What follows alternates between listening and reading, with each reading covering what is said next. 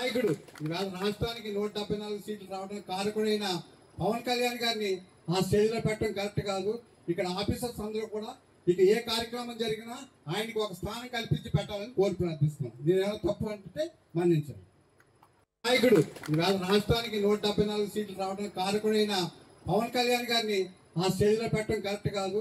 ఇక్కడ ఆఫీసర్స్ అందరూ కూడా ఇక ఏ కార్యక్రమం జరిగినా ఆయనకి ఒక స్థానం కల్పించి పెట్టాలని కోరి ప్రార్థిస్తున్నాం. నేనేమైనా తప్పు అంటే మన్నించండి.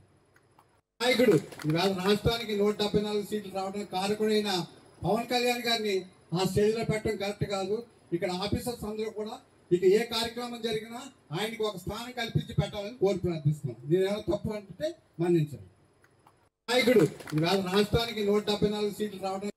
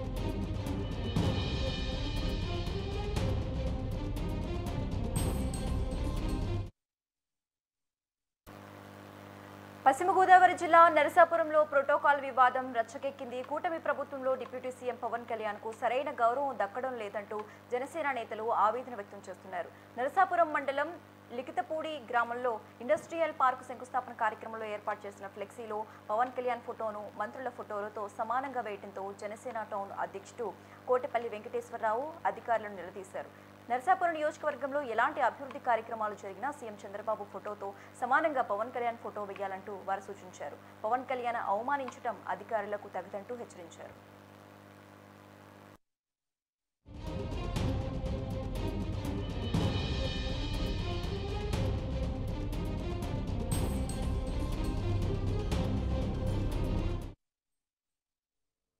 నాయకుడు ఈవేళ రాష్ట్రానికి 174 సీట్లు రావడానికి కారకుడైన పవన్ కళ్యాణ్ గారిని ఆ స్టేజ్లో పెట్టడం కరెక్ట్ కాదు.